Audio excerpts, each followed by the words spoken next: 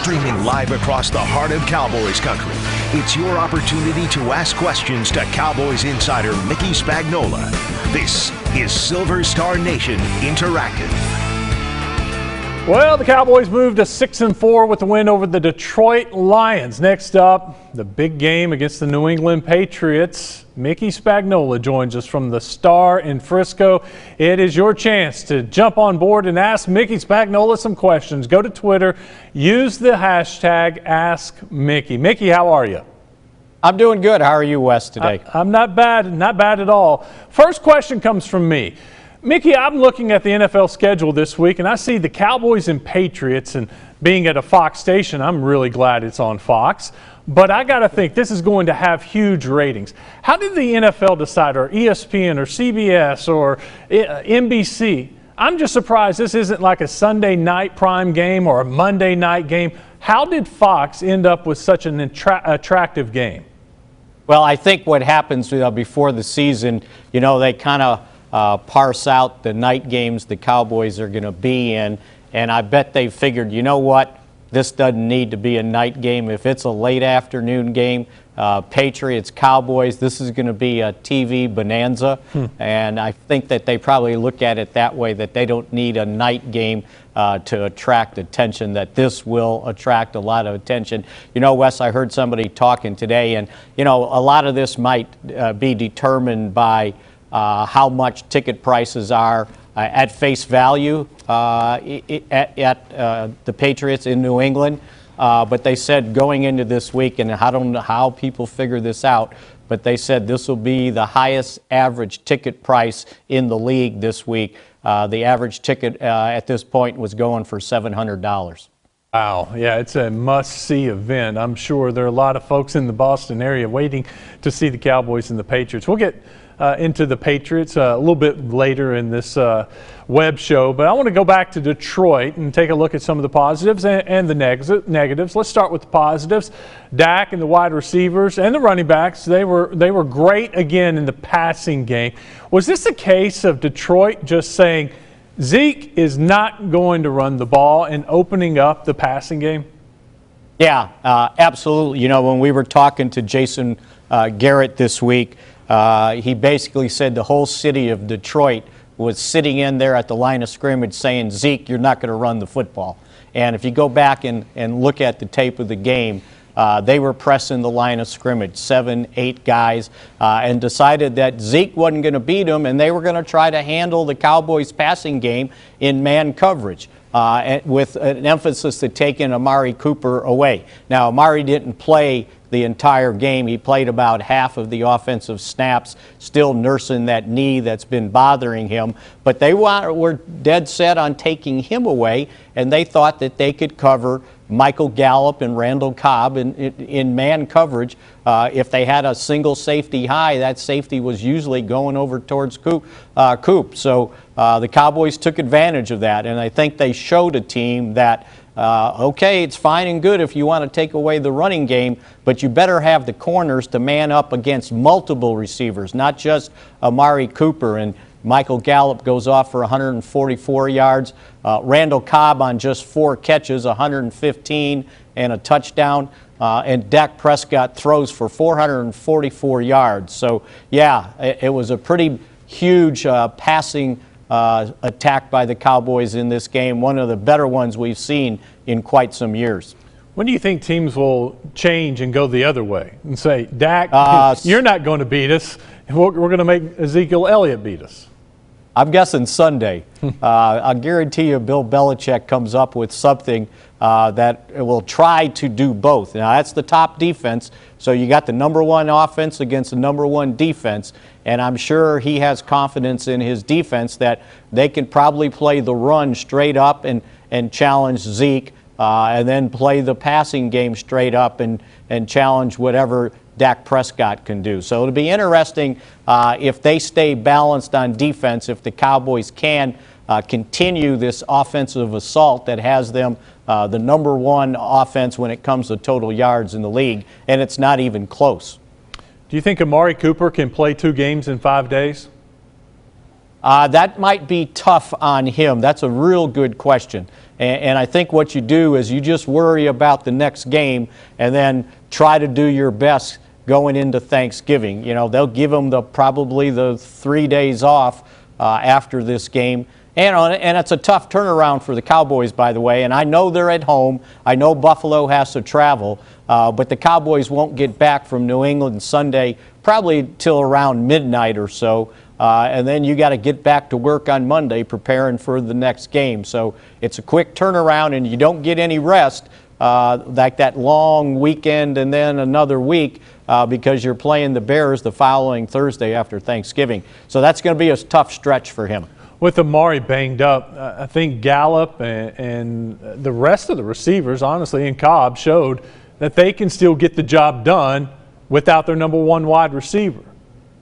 Yeah, and, you know, they use probably Tavon Austin a little more than they have in previous games in 3 wide receiver sets. And, you know, just having him out there, I think teams have to be worried about a jet sweep with his speed, or if they're going to single cover him, the guy better be able to run. And, you know, the Cowboys tried to go deep, and he did a good job of going up and swatting away what was going to look like going to be an interception. So give him credit for that. But when teams see that on film preparing for the next game, it's like, oh, yeah, they do have Tavon Austin. And you never know when he might throw one to them, and we better not let him get behind us. So there's a lot going on, and we'll see at some point if they say, you know, with Amari banged up, we might better keep another wide receiver active in the game other than Tavon Austin. Do you feel like we'll see more and more of Pollard as the season goes along? You know, I think they'll keep sprinkling him the way you're seeing him. I don't know that you want to take Ezekiel Elliott off the field. And what I liked a little bit of what they did this past game, and did it a little bit more than previously, is they had them both on the field at the same time. And there were times they both were on the field, but they weren't in the backfield. Zeke would line up in the backfield, and Pollard would be in the slot. So now you got to try to cover him, and he absolutely showed you what he could do with that little crossing pattern he did that he took for a touchdown from 21 yards out and basically shake the safety out of his boots to go in for the touchdown. So, and then he showed you that, you know what, on that 2-point conversion, we just might hand it to him going up the middle because he's still pretty strong. So, again, yeah, I think you'll see as much as he can handle, and a lot of it has to do with matchups. It's not just what the Cowboys want to do. It's what they want to do conversely to what the defense is doing. And if they feel like there's good matchups there against linebackers, I think you'll continue to see him out there. Jason Witten had a couple of really big catches for the Cowboys Sunday. But we're also seeing some of the other tight ends. I don't know what the ratio and how many plays the other tight ends are getting in. Is this a mixture that's going, is it working? And do you see that we'll keep that same mixture going in the future?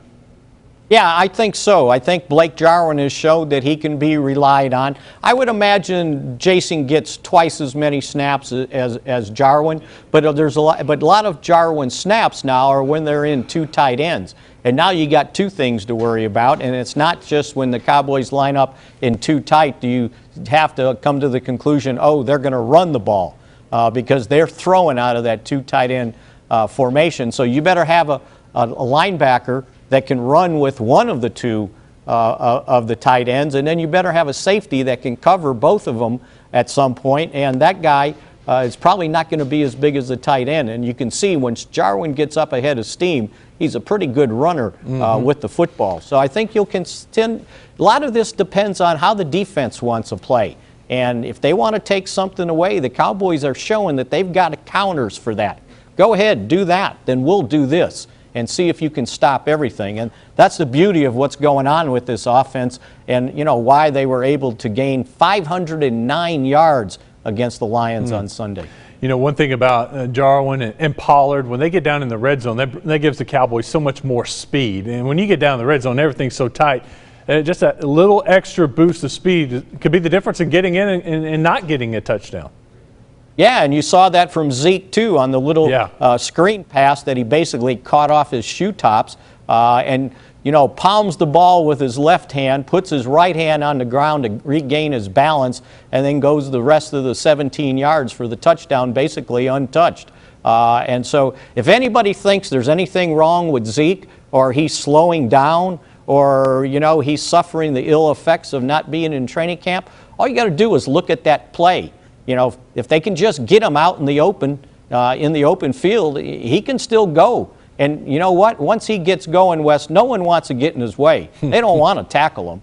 So that's a key thing, and that's one of the things that we'll see if they can spring him in that running game. I know people are disappointed that he only runs for 45 yards, but the counter to that is they threw for 444 yards. So again, if you want to take away the run and you crowd the line of scrimmage, you better be able to man up in pass coverage. Well, we've been very positive for about 10 minutes now. So let's talk about the defense and some of the issues that you're seeing with the defense. And to me, it was way too many points to be in yards to give up to the Lions with a backup quarterback. No, absolutely, and too many big plays on top of that. That's the thing. Their pass rush at times looks really, really strong, and then other times it disappears. They've got to continue to put pressure on opposing quarterbacks, especially a young guy like that that was only starting his 7th game in the league. But when you look at it, all he did was throw for 209 yards. There were just too many big plays that turned into scoring plays. And on the last one, if you notice, they were playing without their 2 starting safeties at that time in the game. Xavier Woods had gone out with a dislocated finger. Jeff Heath didn't start, and they had the young guys back there, and it showed they just missed the zone coverage. So if you don't have that touchdown, you give up 20. You can sit there and go, okay. What bothers you is the running yards that they continue to give up. 7 of the 10 games, the opponents have rushed for more than 100 yards against them. And in this game, it ended up being 121. But here's the key thing. I know Bo Scarborough had a nice game against his former team, the team that drafted him. But they only had 70 yards rushing from their running backs. What happened was they didn't control Jeff Driscoll, who ends up running for 51 yards in the game. You can't have that. You can't, and that's what happened in that Giants game. Daniel Jones running the football. When you're going up against an athletic quarterback and you knew he was athletic and you knew he could run, you got to make that a priority, not to let him sort of destroy you. And he did it for 1 touchdown and several times on 3rd down. So that part has to improve. They can't keep giving up that many yards rushing or that many points. It's great that in all 6 wins they've scored at least 30 points. But you can't expect the team to keep doing that week in and week out. Now, you want to do it, but sometimes you got to win the game scoring just 27 points or 24 points. And that hasn't happened because in the games they've lost, the most the Cowboys have scored in the game are 24 points. And that's sometimes just not enough to win a game. And in these last 2 games, if you want to get further distressed with the defense, they've given up a combined 55 points in the game. In the other 8 games they've played, they've only given up 17 points. So that's a bad trend if you look at the last 2 games. Well, and that brings us to the game of the week against the Patriots, because you said it earlier, number 1 offense versus the number 1 defense. You got to think on paper, the Cowboys probably aren't going to score 30-something points this week. This may be one of those games you have to win 24-21 and need the defense to hold them down. Yeah, I absolutely agree with you on that because certainly I think the Patriots are averaging giving up like 13 points, some ridiculous number like that. And you can't expect to say, yeah, we're going to score 28. So the defense has to play better. Now, from the Patriots standpoint, they're not happy with what's been going on offensively. They've been struggling to score points on offense too. So you better keep that struggle going. You better not let Tom Brady get going. They haven't had much of a running game. So again, the defense just has to play better, especially on the road, and give this offense an opportunity. And really, when you look at the whole picture of it, other than the rushing yards, and Jerry Jones talked about it this morning, It's not so much that they're giving up gobs of yards because they're 7th in the league in total defense. What's happening is they're just not getting any takeaways. They've only had 4 interceptions in 10 games. If they would get some of these takeaways, that would make a huge difference. Plus, when you've got an offense functioning as well as this one is, by golly, give them a short field every once in a while, and chances are they'll move 30 or 40 yards and score a touchdown instead of sometimes having to kick a field goal. Take away just the standings, what a win would mean there, and just getting your 7th win. I'm just looking solely at beating a team like the Patriots, a winning team, a team that's one of the best in the NFL. What would it mean to this team's psyche? Because they've beaten the teams they were supposed to beat, except for the Jets. And then the other big matchups, they've lost, except for the Eagles. How important do you think it is just to beat a team like the Patriots? I think it's a huge confidence builder if you can go on the road and win this. And, you know, and understand the Cowboys have lost 5 consecutive games to the Patriots, and all 3 of the last one, of those 3 of those 5 have been in New England. So it's not been since 1996 that they've beaten the Patriots, and that was at Texas Stadium. And you have to go back 32 years, Wes, to find the last time they won up there in New England. And I believe at that time it wasn't Gillette Stadium. It was, it's escaping me now, but they ended up winning the game. Yeah, in Foxborough. Yeah, absolutely. Was that Tom Brady's rookie year 30 years ago? No, I think that's a joke. A guy by the name of Tom Ramsey was filling in for the starting quarterback that year.